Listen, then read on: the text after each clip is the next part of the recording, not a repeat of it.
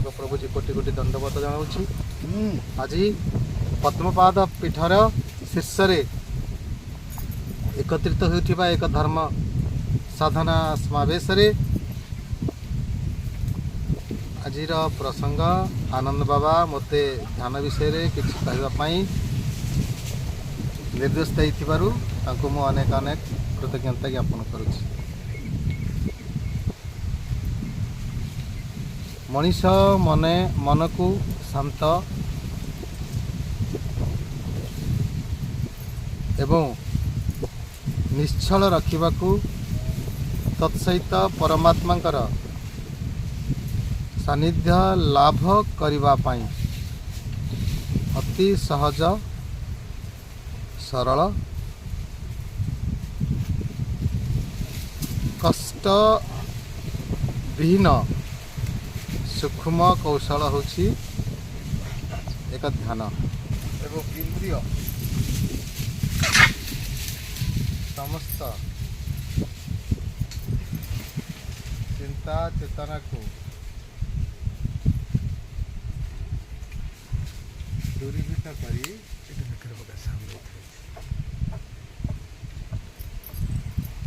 दिव्य आनंद एक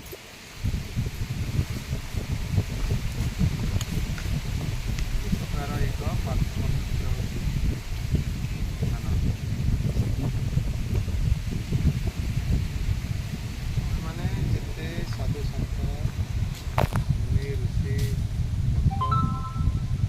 अतीत जाचे जिते संत महापुरुषगण आम जीवनी पाठ करे समस्त जीवन रे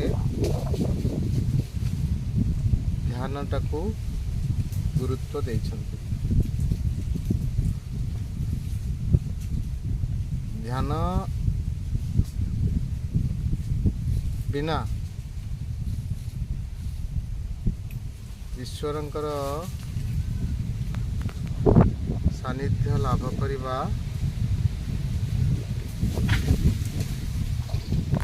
सहज साध्य अनेबनी।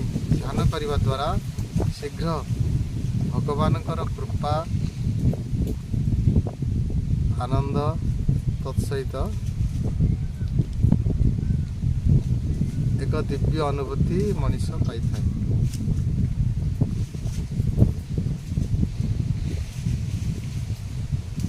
ध्यान किपरि करे जाए ना भागवत वाणी कहे सम आसन बसी धीरे समीर सम तले बरे जोटा निजको आनंद लागिबो सेही परी आसन रे बसिबो। जो आसन रे बसिले तुमको कष्ट हेनी से आसन रे बसिब।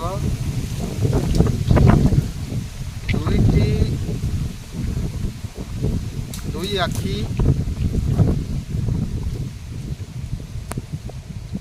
निजर नासाग्र नासार दुई पुड़ार मझी को दृष्टि रखिब।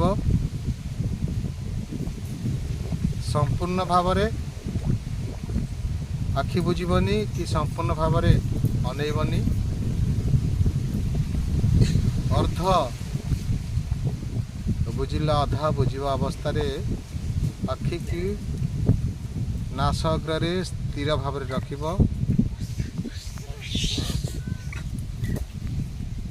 एवं हम शरीर में प्रवाहित होउथिबा प्राणवायु गतिपथ जीवा आसबार गतिपथ को ध्यान करने सह से प्राणवायुर गतिपथर शब्द को आम गुरु प्रदत्त सूत्र द्वारा हो निजर अनुभूति द्वारा हो से प्राणवायुर शब्द को आम्भे कायमन वाक्य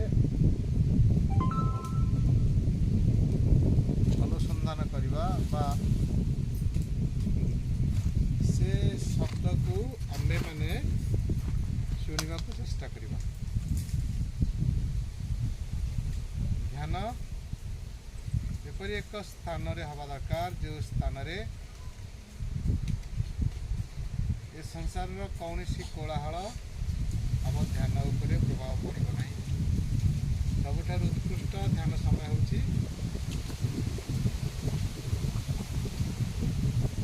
ନିର୍ଜନ